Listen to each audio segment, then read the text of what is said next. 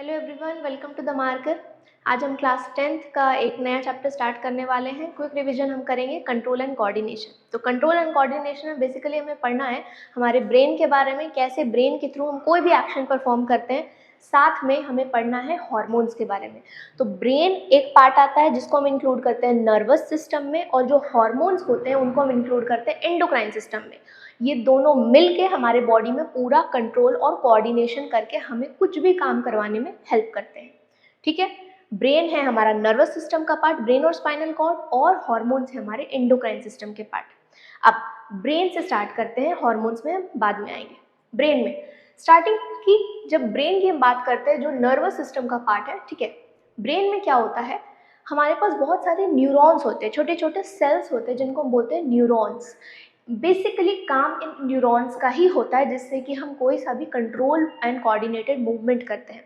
अब ये control and coordinated movement क्यों ज़रूरी है? हम जब मन चाहे, ऐसा तो नहीं कहीं भी चल सकते हैं, कहीं भी जा सकते हैं, कुछ भी बोल सकते हैं। फॉर एग्जांपल क्लासरूम में अगर बैठे हुए, तो क्लासरूम में अगर बैठ के जब हम गॉसिप करते हैं, एक दूसरे के कानाफूसी करते हैं, तो हमें पता होता है कि हम अगर ज़ोर से बोलेंगे तो टीचर सुन लेगा, हमें डांट पड़ेगी। वहाँ पर हम क्या करते हैं, धीरे धीरे बोलते हैं, बिल्कुल विस्परिंग करते हैं। हमें पता है कि अगर हम चिल्लाएंगे तो डांट पड़ेगी, इस वजह से हम विस्परिंग करते हैं। तो ये सोचने की एबिलिटी कहाँ से आती है कि हमें चिल्लाना नहीं है, इस वक्त धीरे से बोलना है। ब्रेन के मूवमेंट, ब्रेन में जो हमारा कंट्रोल होता है, ब्रेन से हम ये सोच पाते हैं, ये थिंकिंग कैपेसिटी है। ठीक है, इसीलिए हमें कोऑर्डिनेशन और कंट्रोल जरूरी है। कंट्रोल मूवमेंट भी होना चाहिए। अब ऐसा तो नहीं कि हर वक्त हम कूदते फांदते हुए चलते हैं, नॉर्मल वॉक करते हैं, जब ज़रूरी होगा दौड़ेंगे, जब ज़रूरी होगा कूदेंगे। तो वो एक किस तरीके से मूवमेंट करना है वो भी हमारा ब्रेन ही कंट्रोल करेगा, कि हमें समझ आ रहा है कि हम क्या कर रहे हैं, कुछ भी नहीं कर दे रहे, सोच समझ के चीज़ें हम कर रहे हैं।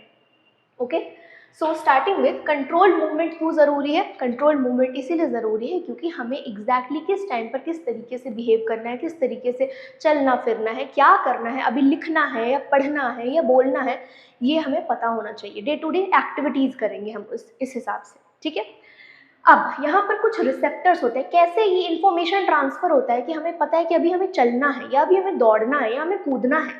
ठीक है, ये एक मैसेज का ट्रेल है, एक सिग्नलिंग मैकेनिज्म है। उसके लिए सबसे इंपॉर्टेंट होते हैं हमारे पास न्यूरॉन्स। न्यूरॉन्स क्या होते हैं? छोटे से सेल होते हैं जो हमारे पूरे बॉडी में है। अब इन न्यूरॉन्स में मेन पार्ट्स क्या क्या होते हैं? देखो, जब हम बात करते हैं न्यूरॉन्स की, तो न्यूरॉन्स में हमारे पास ये एक न्यूरॉन का डायग्राम बना हुआ है। इसमें ये जो पोर्शन है, इसे यहाँ से यहाँ तक, इसे हम कहते हैं सेल बॉडी। ये हमारा पूरा सेल बॉडी होता है जिसमें डेंड्राइट्स भी आते हैं, ब्रांच, पेड़ की डालियों की तरह होते हैं ब्रांचेस। क्या होता है, न्यूरॉन से ये जो डेंड्राइट्स है, इनसे इंफॉर्मेशन रिसीव किया जाता है, यहाँ पर आता है, और इसके बाद थ्रू एक्सॉन ये आगे ट्रांसफर होता है information in the form of electrical and chemical signalling. ठीक है, अब इसके बाद क्या होगा, यहाँ से फिर यहाँ इंफॉर्मेशन जाएगा, यहाँ पर एक और न्यूरॉन के डेंड्राइट्स इस तरीके से होंगे, लाइक दिस, और यहाँ पर फिर आगे मैसेज ट्रांसफर होगा, फिर दूसरे न्यूरॉन, तीसरे न्यूरॉन, इस तरीके से चेन बना हुआ होगा। अब ये हमारा हो गया न्यूक्लियस। सेल है तो न्यूक्लियस होना ही होगा। ये इतना बड़ा दिख रहा है, इसका मतलब ये नहीं कि यहाँ पर मल्टीपल सेल्स है। ये ऐसा जो भी हमें स्ट्रक्चर्स दिख रहे हैं, इसका मतलब ये नहीं कि ये बहुत सारे अलग अलग सेल्स है। न्यूरॉन का पार्ट है ये वाला पार्ट जो होता है, this is called the myelin sheath. Myelin sheath होता है जो दूसरे टाइप के सेल से बना हुआ होता है। ठीक है, बट एक न्यूरॉन में ज़रूरी नहीं है हमेशा कि माइलिन शीथ हो। इसीलिए जब हम कंसिडर करेंगे न्यूरॉन को, तो माइलिन शीथ कंसिडर होना ज़रूरी नहीं होता है। न्यूरॉन, हम एक कंप्लीट सेल की बात कर रहे हैं। ओके, नाउ यहाँ पर हम आते हैं neuromuscular junction. What is a neuromuscular junction? यहाँ दो वर्ड्स है, देखो, न्यूरो और मस्कुलर, मतलब न्यूरॉन से रिलेटेड कुछ चीज़ें हैं और मसल से रिलेटेड कुछ चीज़ें हैं। तो यहाँ पर क्या दिख रहा है, ये एक्सॉन एक बोल दिया गया हमें, ये एक्सॉन है, ये नर्व एंडिंग है। ठीक है, ये देखो, ये जो मसल फाइबर्स है, इसके पास एक्सॉन की नर्व एंडिंग आकर सिग्नल ट्रांसमिट कर रही है। किसको ट्रांसमिट कर रही है? यहाँ पर एक न्यूरॉन से एक मसल फाइबर एक मसल का सेल होता है। जैसे हमारे नर्वस सिस्टम का सेल जो होता है न्यूरॉन होता है, मसल्स के इंडिविजुअल सेल को हम मसल फाइबर बोलते हैं। तो यहाँ पर ट्रांसमिशन कहाँ से हो रहा है? हमारे न्यूरॉन से एक मसल सेल को ट्रांसमिट हो रहा है इन्फॉर्मेशन। ठीक है, कि आगे जो भी काम करना है हमें, वो इन्फॉर्मेशन ट्रांसमिट हो रहा है। तो ये जो जंक्शन बना जहाँ पर दो चीज़ें मिलती है उसे हम आकर कहते हैं जंक्शन। जैसे ट्रेन होता है ना, ट्रेन एक जंक्शन बोलते हैं। जैसे कोई सा भी स्टेशन कोई जंक्शन हो गया तो वहाँ पर हम क्या बोलेंगे, दो ट्रेन आ रही है जा रही है, तो बहुत सारे चीज़ें एक जगह पर आकर जहाँ मिल रही है उन्हें हम बोलते हैं जंक्शन। तो यहाँ पर एक न्यूरॉन और एक मसल सेल मिल रहा है, इसलिए हम बोलते हैं इसे न्यूरोमस्कुलर जंक्शन। अब न्यूरोमस्कुलर जंक्शन में सिग्नल ट्रांसमिट होगा, आगे उसके बाद मूवमेंट होगी। ठीक है, यहाँ पर माइटोकॉन्ड्रिया हमें दिख रहे हैं, ये क्या है, हमारा मसल सेल है। माइटोकॉन्ड्रिया क्यों होना जरूरी है, क्योंकि माइटोकॉन्ड्रिया ही तो एटीपी प्रोवाइड करेगा, बिना एटीपी के हम कोई मूवमेंट नहीं कर सकते। तो माइटोकॉन्ड्रिया यहाँ पर बहुत सारे होते हैं मसल सेल्स में, तभी हम आगे कोई भी काम कर पाएंगे। मूवमेंट के लिए मसल्स का होना ज़रूरी है। मसल्स जब तक कॉन्ट्रैक्ट एंड रिलैक्स नहीं करेगी हम मूवमेंट नहीं कर पाएंगे। कोई से भी मूवमेंट है, या हाथ की मूवमेंट है, या गले का मूवमेंट है, या हम चल रहे हैं वो एक मूवमेंट है। मसल का कॉन्ट्रैक्शन एंड रिलैक्सेशन ज़रूरी है, जिसके लिए हमें एटीपी चाहिए, और एटीपी कौन बना रहा है, माइटोकॉन्ड्रिया। ठीक है, अब हम आते हैं, ये सिग्नल जो हमने बोला कि ट्रांसमिट हो रही है, ठीक है, यहाँ से रिसीव किया जाएगा। तो रिसीव करने के लिए कुछ रिसेप्टर्स होते हैं जो रिसीव करेंगे पहले सिग्नल, फिर आगे ट्रांसमिट करेंगे। तो हमारे पास बहुत अलग अलग टाइप के रिसेप्टर्स होते हैं हर एक चीज़ के लिए। जैसे स्मेल, अगर हमें कोई चीज़ की भी स्मेल आ रही है तो उसे हम बोलेंगे ऑल्फैक्टरी रिसेप्टर्स होते हैं वहाँ पर, जो रिसीव करते हैं स्मेल को। ठीक है, हमें कोई सा भी स्मेल आया हमें पता चलता है, ये समोसा है तो समोसे का स्मेल है, पकौड़ी है तो पकौड़ी की स्मेल है, पिज्ज़ा बर्गर, हमें स्मेल से समझ आता है कि ये कौन सी चीज़ रखी हुई है हमारे सामने, या हम आँख भी बंद करके बैठे रहे हमें पता चल जाएगा कौन सी चीज़ है। अगर कुछ जलने का स्मेल हो तो वो भी हमें समझ आ जाता है कि this is not a good smell, ये हमें अच्छा नहीं लग रहा है। उसके लिए रिस्पॉन्सिबल होते हैं ऑल्फैक्टरी रिसेप्टर्स। टेस्ट के लिए रिस्पॉन्सिबल होते हैं गस्टेटरी रिसेप्टर्स। ठीक है, चलो मूविंग ऑन। अब आते हैं हम रिफ्लेक्स एक्शन पर। अब यहाँ तक तो हम सोच के कोई भी काम कर रहे थे, रिफ्लेक्स एक्शन में हम बिना सोचे कोई काम करते हैं। फॉर एग्जांपल, अगर हमें कुछ गर्म चीज़ हम टच करते हैं तुरंत हाथ हटाएंगे, अगर हम किसी को ऐसे मार रहे हैं तुरंत वो हाथ हटेगा, अगर कोई नुकीली चीज़ चुभ गई है तो तुरंत हाथ हटेगा। ठीक है, इसे हम कहते हैं रिफ्लेक्स एक्शन, जिसमें हम सोचना नहीं पड़ रहा है। क्यों होता है ये, बॉडी में क्यों ज़रूरी है, क्योंकि फॉर एग्जाम्पल जैसे यहाँ पर दिया हुआ है, ये एक एग्जाम्पल है कि इसमें एक इंसान जो है वो गर्म चीज़, जो वाटर वेपर्स है वो उसके हाथ में लग रहा है, तो हाथ जल रहा है, गर्म लग रहा है, वो तुरंत हाथ हटाएगा। अगर यहाँ पर रिफ्लेक्स एक्शन ना होता, अगर वो तुरंत हाथ ना हटाता, वो सोचता कि भाई मैं हाथ हटाऊं या ना हटाऊं, तब तक वो हाथ जल चुका होता, वहाँ डैमेज हो चुका होता। तो हम उतना टाइम नहीं ले सकते, वो सोचने के प्रोसेस है, इसलिए जैसे ही गर्म लगता है तुरंत हाथ हटाते हैं। इस वजह से हमारे पास रिफ्लेक्स एक्शन होना ज़रूरी है बॉडी में, ताकि बॉडी को बचाया जा सके from any such damaging conditions, any such situations. Okay, अब इसमें आता है एक reflex arc. Now what is reflex arc? Reflex arc जहाँ पर इस तरीके से, आर्क मतलब क्या होता है, समथिंग लाइक दिस।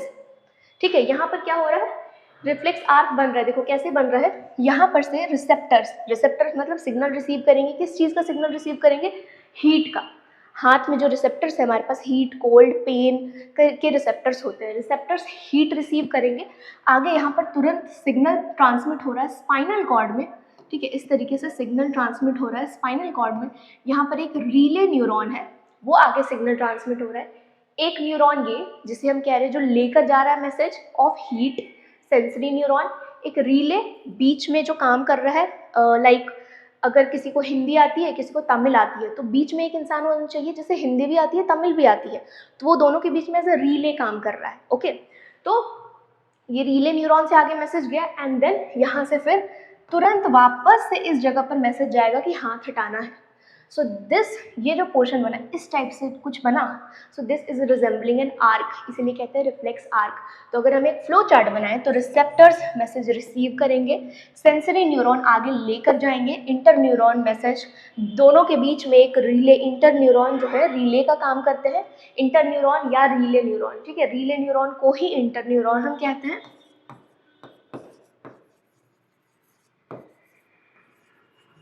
ओके, फिर आगे मोटर न्यूरॉन को मैसेज जाएगा, मोटर न्यूरॉन के थ्रू फाइनली इफेक्टर में जो कि काम करेंगे एट द एंड। समझ आया? This is simple reflex action. अच्छा, अगर ये जो चीजें होती है ये कहाँ पर होती है, रिफ्लेक्स एक्शन जो होता है स्पाइनल कॉर्ड में हो रहा है, this is a section of spinal cord. अगर ब्रेन को हम भेजें तो टाइम लगेगा, इसीलिए हम तुरंत शॉर्टकट रूट से वापस मैसेज को लेकर आते हैं through spinal cord. Okay, next, how nervous tissue cause actions, यहाँ हमने बात किया हम कोई भी नर्वस सिस्टम से हम जो भी चल रहे हैं, मूव कर रहे हैं, हाथ पैर जो भी मूव कर हम बोल रहे हैं, वहाँ पर भी हमारे मसल्स काम कर रहे हैं। ये मसल्स कैसे, ये मूवमेंट कैसे होते हैं? Through muscle contraction and relaxation. क्या होता है, जो मसल फाइबर्स होते हैं हमारे पास, मसल फाइबर्स जो होते हैं वो चेंज करते हैं अपना शेप एंड शॉर्टन हो जाते हैं, शेप एंड साइज में चेंज करते हैं। तो देख फाइनली क्या होता है, उनका शॉर्टनिंग होता है। तो जब शॉर्टनिंग होती है मसल फाइबर्स की, वहाँ पर हम बोलते हैं कॉन्ट्रैक्शन परफॉर्म हो रहा है। और जब हम करते हैं लेंथनिंग ऑफ मसल फाइबर्स, तो हम वहाँ बोल सकते हैं यहाँ पर हो रहा है मसल रिलैक्सेशन। ओके, तो एक साइकिल में एक बार मसल कॉन्ट्रैक्ट करेगी, रिलैक्स करेगी, कॉन्ट्रैक्ट करेगी, रिलैक्स करेगी, तो इस तरीके से हम मूवमेंट कर पाते हैं। ओके, मसल का हमारे बॉडी में एक ही काम होता है, कॉन्ट्रैक्शन रिलैक्सेशन, कॉन्ट्रैक्शन रिलैक्सेशन। ठीक है, इस तरीके से हमारे बॉडी में कोई भी एक्शन परफॉर्म करते हैं हम, या हाथ उठा रहे हैं, या हाथ नीचे कर रहे हैं, चल रहे हैं, दौड़ रहे हैं, कूद रहे हैं, स्विम कर रहे हैं, बोल रहे हैं, गले का मूवमेंट कर रहे हैं, इधर डांस कर रहे हैं, व्हाटएवर मूवमेंट जो हो रहा है मसल की वजह से हो रहा है। नाउ अब आ जाते हैं ह्यूमन ब्रेन पे। देखो ब्रेन कहाँ से आ गया, हमने स्टार्ट किया था नर्वस सिस्टम से। नर्वस सिस्टम में जो मेन कंपोनेंट होता है that is the neuron. Neuron एक सेल था। अगर आप on a broad category nervous system को ले और उसके बाद डिवाइड करें उसमें क्या क्या चीज़ें आती है, तो नर्वस सिस्टम में हमारा आता है central nervous system CNS and peripheral nervous system PNS। Peripheral मतलब साइड की चीज़ें, और सेंट्रल मतलब जो कोर होता है हमारा। ठीक है, सेंट्रल नर्वस सिस्टम को फिर डिवाइड किया गया है इनटू 2 पार्ट्स, जिसमें आते हैं हमारा ब्रेन और स्पाइनल कॉर्ड। ब्रेन तो हमें पता है यहाँ होता है, स्पाइनल कॉर्ड हमारा जो वर्टेब्रल कॉलम है, पीछे रीढ़ की हड्डी होती है, उसके थ्रू वो पास होता है। ठीक है, स्पाइनल कॉर्ड भी इंपॉर्टेंट होता है।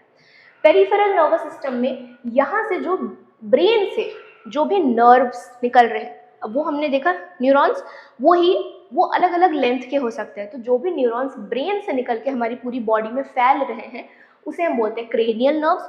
जो स्पाइनल कॉर्ड से निकल के पूरी बॉडी में फैल रहे हैं उसे हम बोलते हैं स्पाइनल नर्व्स। ब्रेन का एक होता है क्रेनियम, ब्रेन बॉक्स, क्रेनियम, उससे वर्ड आया क्रेनियल नर्व्स। ठीक है, तो ये पेरिफेरल नर्वस सिस्टम जो है इन दोनों से निकलते हुए न्यूरॉन्स होते हैं, सिंपल।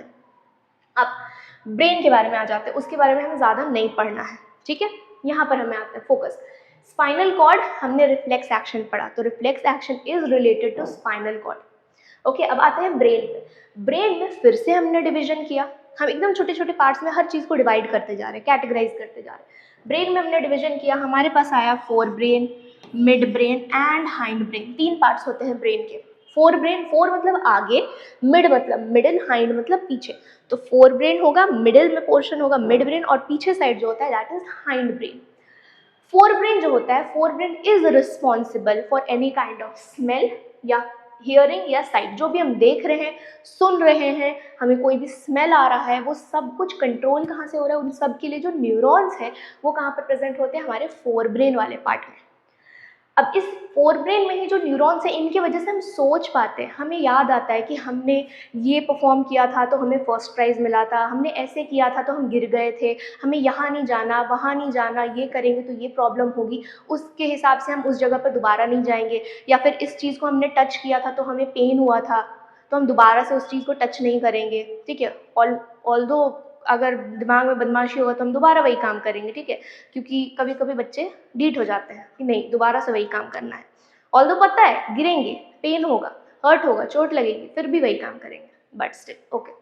तो थिंकिंग एबिलिटी जो है हमारा वो फोर ब्रेन में आता है। फोर ब्रेन की वजह से वहाँ जो न्यूरॉन्स होते हैं उनकी वजह से थिंकिंग एबिलिटी हमारा डेवलप करता है। हम याद करते हैं कि पहले हमने क्या किया था, उसके क्या कॉन्सिक्वेंसेस थे, उस पर उस हिसाब से अब हमें करना चाहिए वो चीज़ या नहीं करना चाहिए, या हम उससे बेटर कर सकते हैं अगर हम कुछ अलग करें। तो जितने भी थॉट्स चलते रहते हैं ना वो यहाँ से कंट्रोल होते हैं।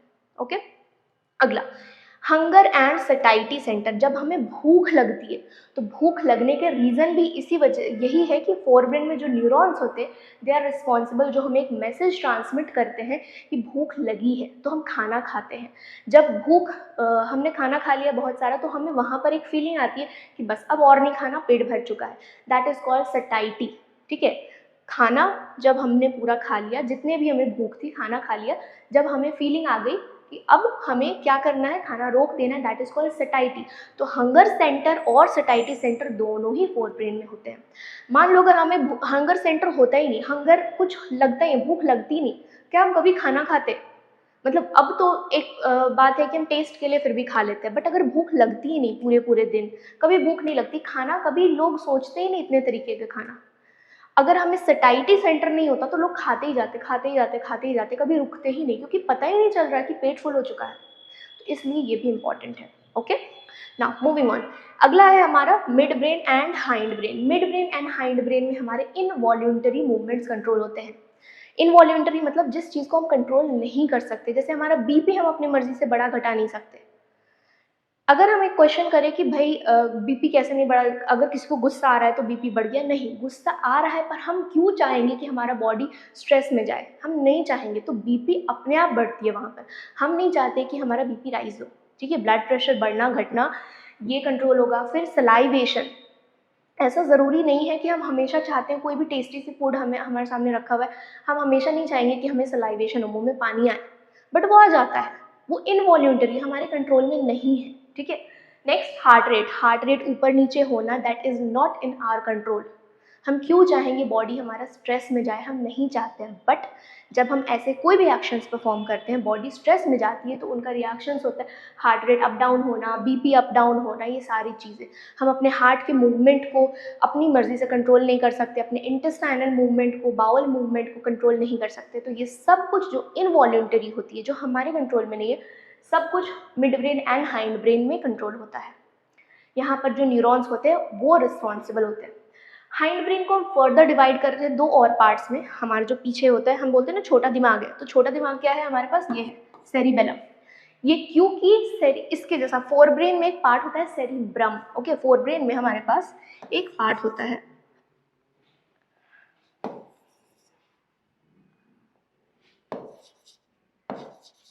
सेरिब्रम, इसके जैसा कुछ कुछ दिखता है सेरिबेलम।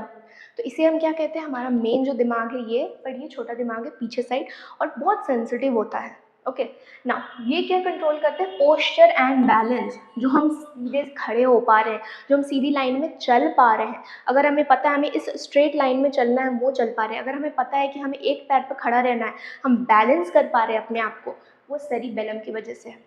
अगर यहाँ पर कुछ गड़बड़ हुई, हम सीधी लाइन में नहीं चल पाएंगे, हम बैलेंस करके अपने पोजीशन को, हम बैलेंस सीधा खड़ा नहीं हो पाएंगे, ठीक है। अब आते हैं प्रिसीजन पर। प्रिसीजन मतलब हम कोई भी काम सटीक तरीके से, एक्यूरेसी के साथ कर पा रहे हैं, वो भी हम नहीं कर पाएंगे। जैसे अगर सीधी लाइन में चल रहे हैं, वहाँ पर भी कम से कम हम 95% 99% एक्यूरेसी में सीधी लाइन में चलते हैं। एग्जैक्ट स्ट्रेट लाइन हो सकता है पॉसिबल ना हो, बट 95 to 99% तो एक्यूरेसी रहती है हमारी। पर अगर सेरिबेलम यहाँ पर कुछ इफेक्ट हुआ है, तो हमारे पास ना तो एक्यूरेसी होगी, दैट इज प्रिसीजन, ना पोस्चर, ना बैलेंस।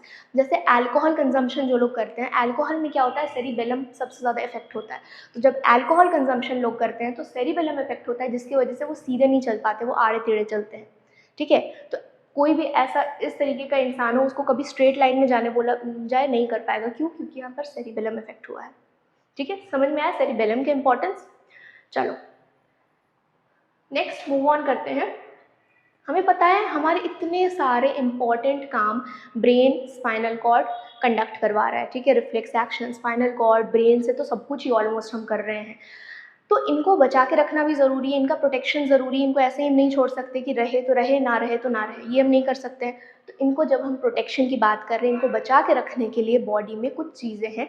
जैसे ब्रेन को प्रोटेक्ट करने के लिए होता है क्रेनियम या ब्रेन बॉक्स, ठीक है। क्रेनियम या ब्रेन बॉक्स यहाँ पर दिखेगा। फॉर एग्जाम्पल सी, यहाँ पर हमने बनाया फोर ब्रेन आगे साइड में, ये पीछे का पार्ट है, ठीक है। इस साइड आईज होते हैं, सॉरी इस साइड आईज होते हैं, ये हमारा हाइंड ब्रेन वाला पार्ट है। इस साइड आईज और नोज है, इस साइड हमारा हाइंड ब्रेन वाला पार्ट है, स्पाइनल कॉर्ड है। अब क्या हो रहा है यहाँ पर ये सेरिब्रम और ये सेरिबेलम, ऑलमोस्ट इनमें जो फोल्ड्स होते हैं वो सिमिलर होते हैं। ये बीच में मिड ब्रेन हुआ, यहाँ पर आते हैं हम क्रेनियम या ब्रेन बॉक्स, ये कवर करके रखता है, हार्ड कवरिंग होती है, बोन की एक कवरिंग होती है, ठीक है, जो प्रोटेक्शन प्रोवाइड करती है। ये हमारा स्पाइनल कॉर्ड जो जा रहा है, ये फाइनली वर्टिब्रल कॉलम के थ्रू पास होगा। इसके बाहर वर्टिब्रल कॉलम होंगे। वर्टिब्रल कॉलम में क्या होता है, हमारे पास वर्टिब्रा होते हैं, छोटे छोटे वर्टिब्राज होते हैं, मिलके वर्टिब्रल कॉलम बनाते हैं। तो जब हम बात करते हैं स्पाइनल कॉर्ड की, तो स्पाइनल कॉर्ड को प्रोटेक्ट करने का काम करता है वर्टिब्रल कॉलम। और ब्रेन के अराउंड एंड स्पाइनल कॉर्ड के अराउंड, दोनों के अराउंड कुछ फ्लूइड होते हैं। हमारे पास फ्लूइड भरे होते हैं, किस चीज़ के लिए, शॉक एब्जॉर्प्शन के लिए। फ्लूइड जो है बहुत अच्छा एक शॉक एब्जॉर्बर होता है, इस वजह से ब्रेन के आसपास एंड स्पाइनल कॉर्ड के आसपास फ्लूइड होती है। प्लस इनको ये प्रोटेक्शन तो दे ही रहे हैं, बोन्स, ये दोनों बोन्स है, वर्टिब्रल कॉलम भी बोन का बना होता है एंड हमारा जो ब्रेन बॉक्स या क्रेनियम है वो भी बोन का बना होता है। ठीक है, चलो नेक्स्ट हम आ जाते हैं कोऑर्डिनेशन इन प्लांट्स पर।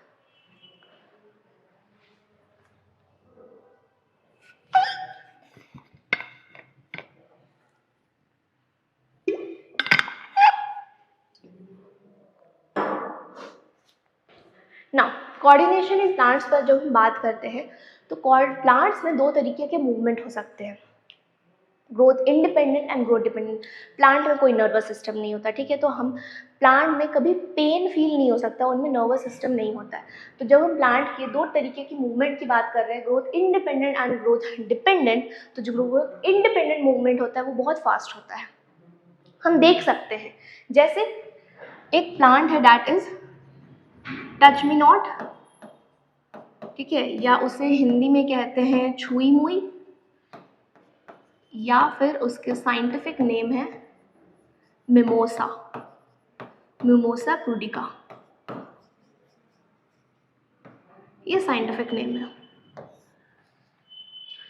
इस प्लांट के लीव्स को अगर हम टच करें वो तुरंत फोल्ड हो जाएगा, ये है ग्रोथ इंडिपेंडेंट, यहाँ ग्रोथ नहीं हो रही है पर कुछ मूवमेंट हो रहा है। क्या मूवमेंट हुआ, जैसे ही हमने टच किया लीव्स को वो फोल्ड हो गई। ये क्यों होता है, ये यहाँ पर वाटर के अमाउंट की वजह से होता है। वाटर वहाँ पर जैसे ही कम हो जाएंगे सेल्स में, वो मुड़ जाएंगे, काइंड ऑफ मुरझा जाएंगे, मुरझाते नहीं है, सिर्फ फोल्ड हो जाते हैं, मुड़ जाते हैं। वो क्यों हो रहा है, वाटर सेल्स से निकाल दिया गया, इस वजह से मूवमेंट होता है। ये हम तुरंत देख सकते हैं, तो इसलिए क्या होता है, इसलिए हम बोलते हैं बहुत फास्ट मूवमेंट है। पर जब हम बोलते हैं ग्रोथ डिपेंडेंट, जहाँ पर प्लांट्स धीरे धीरे ग्रो कर रहे हैं, तो ऐसा नहीं होता है कि हम वहाँ पर 10 मिनट खड़े हैं तो प्लांट का जो हाइट है वो 5 सेंटीमीटर से 7 सेंटीमीटर या 10 सेंटीमीटर हो गया, वो हमें नॉर्मली नहीं दिखता। अगर हम 2 महीने बाद देखें तो हमें दिखेगा कि हाँ कोई प्लांट इतना बड़ा था तो अब इतना बड़ा हो चुका है, तो वो हम एज एन रियल टाइम में ऑब्जर्व नहीं, अगर हम बैठे रहे तो वहाँ हमें दिखेगा नहीं, तो इसलिए हम बोलते हैं बहुत स्लो होता है, बट ग्रोथ वहाँ पर है, वो एक्चुअल में ग्रोथ है।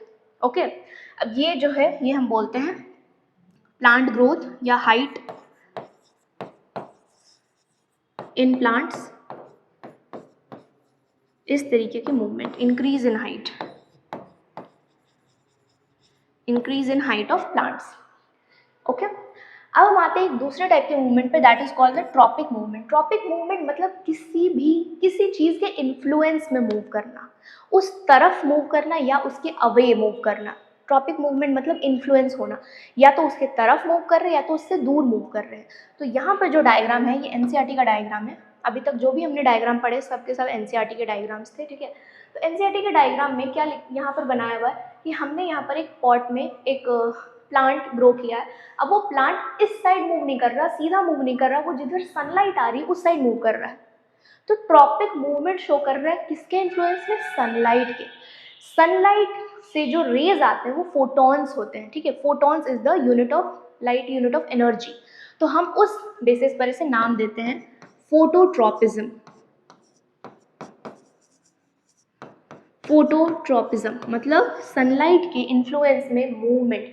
अब ये अगर टुवर्ड्स कर रहा है तो हम क्या बोलेंगे, दैट इज पॉजिटिवली फोटोट्रॉपिज्म, और अगर ये अवे कर जाता तो हम बोलते हैं negative phototropism.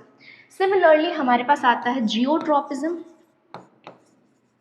Geotropism means influence of earth या ग्रेविटी। तो ग्रेविटी के तरफ मूव कर रहा है तो हम क्या बोलेंगे, पॉजिटिव जियोट्रॉपिज्म। ग्रेविटी के अगेंस्ट मूव कर रहा है, जैसे शूट्स जो होते हैं ग्रेविटी के अगेंस्ट जाते हैं तो नेगेटिवली जियोट्रॉपिक मूवमेंट शो करते हैं। रूट्स ग्रेविटी के टुवर्ड्स जाते हैं तो हम क्या बोलेंगे, रूट्स जो है वो पॉजिटिव जियोट्रॉपिज्म मूवमेंट शो करते हैं। नेक्स्ट आता है हाइड्रोट्रॉपिज्म। हाइड्रोट्रोपिज्म मतलब हाइड्रो मीन्स वाटर, तो वाटर की तरफ मूव कर रहा है तो दैट इज पॉजिटिव हाइड्रोट्रोपिज्म, और अगेंस्ट तो नेगेटिवली हाइड्रोट्रोपिज्म। ओके, तो ये हमारे ट्रॉपिक मूवमेंट। एक और होता है हमारे पास कीमोट्रोपिज्म। कीमोट्रोपिज्म मतलब कीमो मीन्स केमिकल, ओके, तो केमिकल के इन्फ्लुएंस में मूव कर रहा है तो कीमोट्रोपिज्म। जैसे हमने जब हाउ डू ऑर्गेनिजम्स रिप्रोड्यूस पढ़ा था, तो जब हमने प्लांट रिप्रोडक्शन पढ़ा था वहाँ पर पॉलन ट्यूब का ग्रोथ हो रही थी, पॉलन ट्यूब जो ग्रो कर रहा था टुवर्ड्स द ओव्यूल, वो था एक कीमोट्रोपिज्म टाइप ऑफ मूवमेंट। ये केमिकल रिलीज हो रहा है जिससे कि पॉलन ट्यूब को गाइड किया जा रहा है कि इस साइड मूव करना है, तो केमिकल के इन्फ्लुएंस में मूवमेंट शो कर रहा है। तो growth of pollen tube in the flowering plants, that is an example of chemotropism. Okay, चलो अब आते हैं हॉर्मोन्स पर। सबसे पहले हमें आंसर देना व्हाई आर हॉर्मोन्स इंपॉर्टेंट। अभी तक हम जो भी कंट्रोल कर रहे थे, कोऑर्डिनेशन नर्वस सिस्टम से कर रहे थे, प्लांट्स में हो रहा था वाटर की वजह से कि वाटर निकल गया सेल से तो प्लांट विल्ट हो गए, ठीक है। स्टोमेटा का मूवमेंट भी वैसा ही होता है, वाटर सेल्स में आ गए तो स्टोमेटा जो है बल्जिंग हो जाते हैं, वाटर निकल गए तो क्लोज हो जाएंगे, गार्ड सेल्स पास में आ जाएंगे। अब हमें क्यों ज़रूरत पड़ रही है हॉर्मोन्स की? हॉर्मोन्स एंडोक्राइन सिस्टम में आते हैं, एंडोक्राइन ग्लैंड्स होते हैं कुछ, या एंडोक्राइन एनिमल्स में एंडोक्राइन ग्लैंड्स होते हैं, ठीक है। अब उनमें से हॉर्मोन्स रिलीज हो रहे हैं, हॉर्मोन्स ब्लड में जाएंगे, प्लांट्स में ब्लड में नहीं जाएंगे, थ्रू प्लांट के जो भी फ्लोएम एंड जाइलम ट्रांसपोर्ट करते हैं उनका जो फ्लूइड है तो उधर से ट्रांसपोर्ट होगा ना।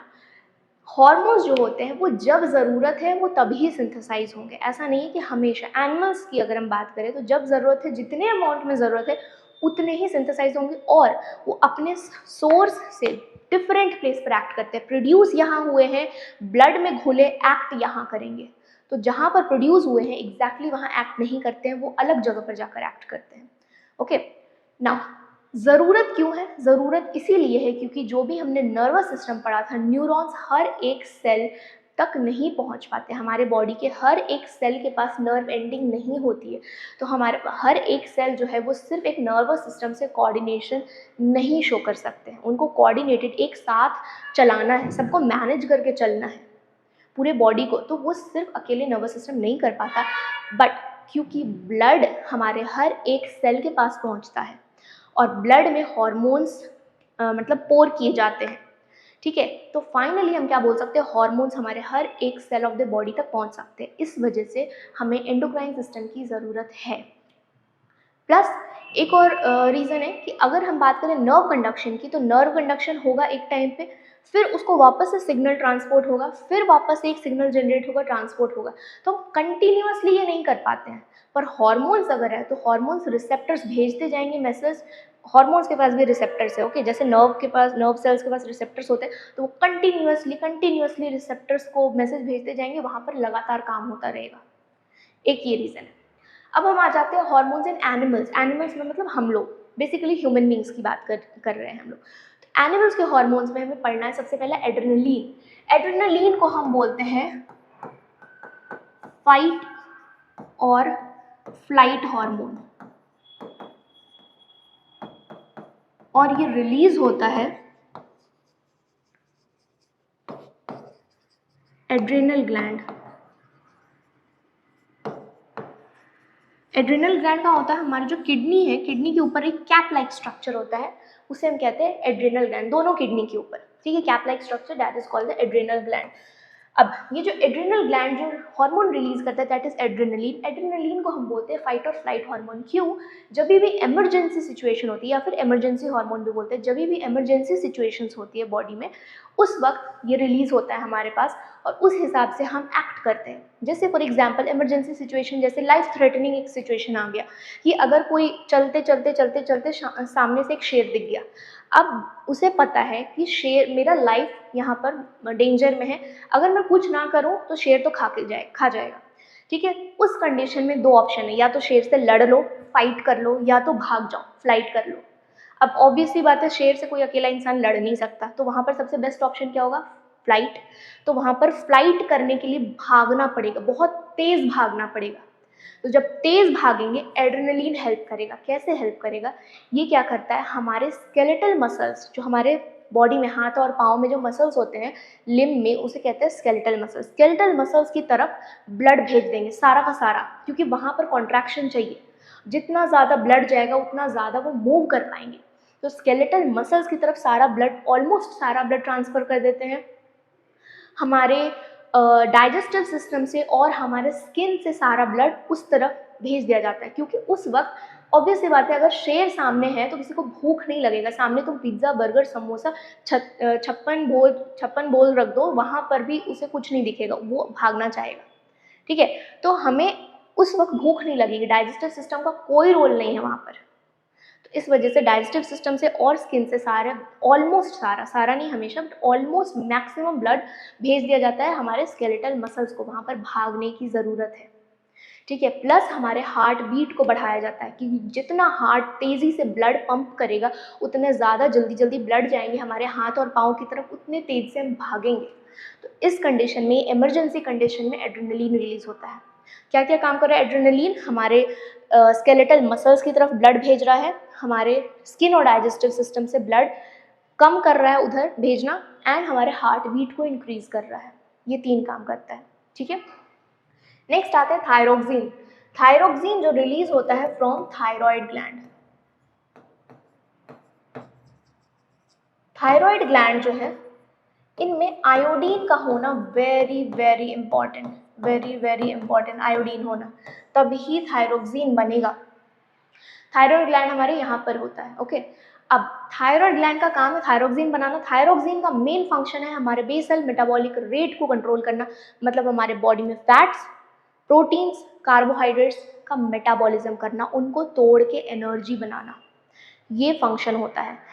अब क्या होगा, ये आयोडीन अगर हमारे फूड में नहीं है तो थायरोक्सिन नहीं बनेगा, इसीलिए बोला जाता है आयोडाइज्ड सॉल्ट खाना, क्योंकि यूजुअली हमें अपने नेचुरल वेजिटेबल्स या ऐसे नॉर्मली जो भी हम खाना खाते हैं, दाल चावल, उनसे आयोडीन नहीं मिलता है। आयोडीन अगर हम सी फूड खाएं, ठीक है, सी फूड अगर बहुत ज़्यादा खाएं वहाँ से मिलता है, लेकिन majority of people sea food हमेशा नहीं खा सकते हर रोज़, और थायरोक्सिन हर रोज़ बनना ज़रूरी है। थोड़े अमाउंट में, एकदम ट्रेस अमाउंट में बनना ज़रूरी है, पर ज़रूरी है, क्योंकि रोज़ हम कुछ खाना खा रहे हैं, रोज़ मेटाबॉलिज्म करना है, तो हमें आयोडीन रोज़ चाहिए। हार्मोन स्टोर नहीं होते हैं हमारे बॉडी में, जितनी ज़रूरत है उतना रोज़ बनेंगे। तो आयोडाइज्ड सॉल्ट, जब हम सॉल्ट खा रहे हैं तो सॉल्ट तो हम रोज़ खा रहे हैं, तो आयोडाइज्ड सॉल्ट खाना चाहिए। ठीक है, ताकि हमारे पास थायरोक्सिन का सही अमाउंट में प्रिपरेशन बनता रहे। ठीक है, अगर थायरोक्सिन की कमी हो गई तो वहाँ पर गॉइटर होता है। गॉइटर मतलब जो गले के पास, अगर फोटो में देखा होगा या कहीं वीडियोस में देखा होगा, तो यहाँ पर स्वेलिंग हो जाती है, फूल जाता है, उसे कहते हैं गॉइटर। गॉइटर इसीलिए होता है क्योंकि यहाँ पर बॉडी कंफ्यूज्ड हो गई है, आयोडीन मिल नहीं रहा है, थायरोक्सिन बन नहीं रहा है। वहाँ पर कंफ्यूजन क्या हो रहा है, थायराइड ग्लैंड में ऐसे, बॉडी को ऐसी कंफ्यूजन हो रही है कि शायद थायराइड ग्लैंड के जो सेल्स है वो केपेबल नहीं है सही अमाउंट में थायरोक्सिन बनाने के लिए, इसलिए हम सेल्स ही बढ़ा देते हैं। तो जब सेल्स का नंबर ग्रो करता है तो वहाँ पर हो जाती है ट्यूमर। ट्यूमर मतलब ग्रोथ, अनवांटेड ग्रोथ जो सेल्स का हो रहा है। अब उसी ट्यूमर को जब यहाँ पर बहुत ज़्यादा ग्रोथ हो जाता है, उसे हम कहते हैं गॉइटर, क्योंकि ये स्वेल कर चुका है थायराइड ग्लैंड। तो बॉडी वहाँ पर कंफ्यूज्ड है, बॉडी को एक्चुअली में आयोडीन की ज़रूरत है, बट बॉडी को लग रहा है मेरे थायराइड के सेल्स ही कम है, इसलिए थायरोक्सिन नहीं बन पा रहा। ओके, चलो आते हैं ग्रोथ हार्मोन।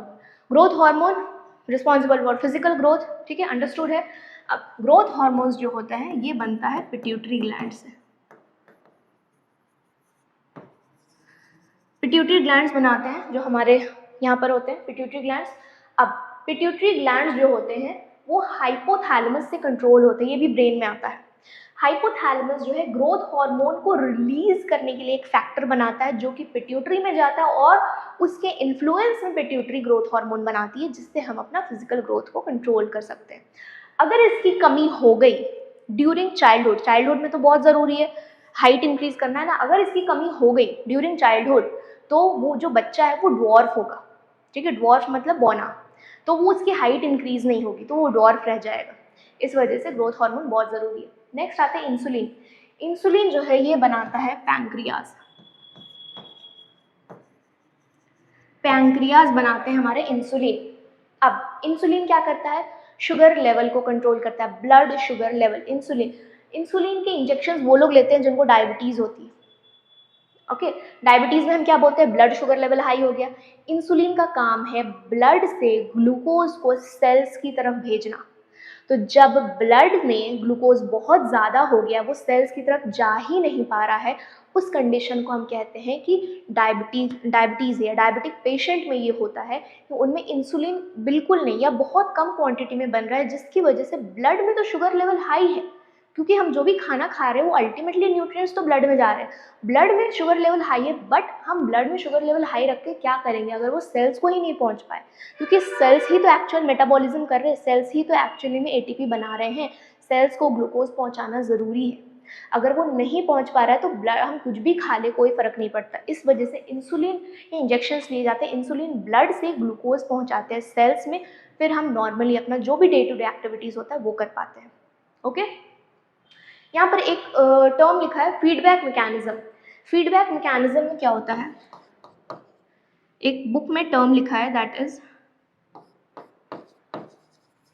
फीडबैक मैकेनिज्म, कि हम फीडबैक दे रहे हैं कि ये अच्छा है, बुरा है, कितनी कोशिश और करनी है, कम करना है, ज़्यादा करना है। जैसे फॉर एग्जांपल इंसुलिन का एग्जांपल दिया, अगर ब्लड में इंसुलिन बन रहा है अच्छे खासे अमाउंट में, ठीक है, तो वहाँ पर क्या होगा, एक फीडबैक जाएगा पैंक्रियाज को कि बस अब हमारे पास एनफ इंसुलिन है, अब इंसुलिन का प्रोडक्शन कम करो, जितनी ज़रूरत थी उतना हो गया। एक तरीके का ये फीडबैक हुआ। अगर ब्लड में इंसुलिन बन ही नहीं रहा, मतलब अगर ब्लड में इंसुलिन है ही नहीं, आया ही नहीं, तो एक फीडबैक जाएगा पैंक्रियाज को कि हमें क्या करना है, ब्लड में इंसुलिन का प्रोडक्शन बढ़ाना है। तो this comes under the feedback mechanism.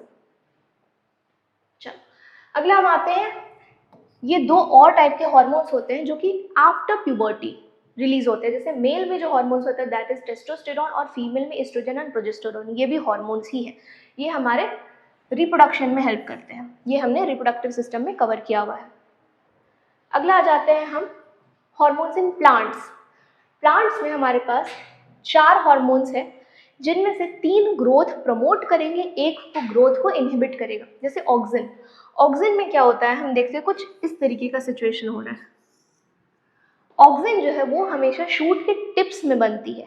अब जिस साइड क्या हो रहा है, शूट के टिप्स है, फॉर एग्जांपल ये ऑक्सिन यहाँ पर प्रोड्यूस हो रहा है, इस साइड से अगर सनरेज आ रही है तो ऑक्सिन हमेशा उस साइड मूव कर जाएगा जिधर शेड हो, ठीक है, छांव के साइड मूव कर जाएगा। तो सारा का सारा ऑक्सिन इस हाफ में कॉन्सेंट्रेट हो जाएगा, और ऑक्सिन जिस साइड कॉन्सेंट्रेट हुआ उधर ग्रोथ ज़्यादा होगी। तो जब इस साइड की ग्रोथ ज़्यादा, इधर की कम है, तो प्लांट इस तरीके से मुड़ जाएगा, और हमें क्या लगता है कि सनलाइट की तरफ प्लांट मुड़ रहा है, ग्रोथ उधर हो रही है, ठीक है। तो ऑक्सिन प्रोमोट करता है ग्रोथ, जिब्रेलिन भी प्रोमोट करता है ग्रोथ, ये लेंथनिंग करता है शूट्स की, ठीक है। नेक्स्ट आता है साइटोकाइनिन। साइटोकाइनिन जो है वो सेल डिवीजन करवाता है, तो सेल डिवीजन को प्रोमोट करेगा और इस वजह से ग्रोथ होगा। फाइनल हार्मोन जो हमारे पास है ये है ग्रोथ इनहिबिटिंग हार्मोन। ये ग्रोथ रोकता है, ये ग्रोथ होने नहीं देगा, क्योंकि कंट्रोल ज़रूरी है। अगर 3 प्रमोट कर रहे हैं तो एक को इनहिबिट करना भी ज़रूरी है। तो एब्सिसिक एसिड जो होता है, जिसकी वजह से हमारे पास एक एग्जाम्पल है विल्टिंग ऑफ लीव्स। तो जो प्लांट्स में पत्ते मुरझा जाते हैं वो एब्सिसिक एसिड की वजह से होते हैं, क्योंकि ये ग्रोथ को रोक देगा। अगर कुछ ग्रोथ प्रमोट कर रहे हैं तो कुछ को ग्रोथ रोकना भी ज़रूरी है, तभी हम कंट्रोल्ड वे में कोई भी चीज़ें चल पाएंगी, ठीक है। So that is all. ये हमारा चैप्टर यहाँ पर ख़त्म होता है। अगली क्लास में हम एक नया चैप्टर करेंगे इन 1 shot. Okay, thank you very much and please keep studying. All the best.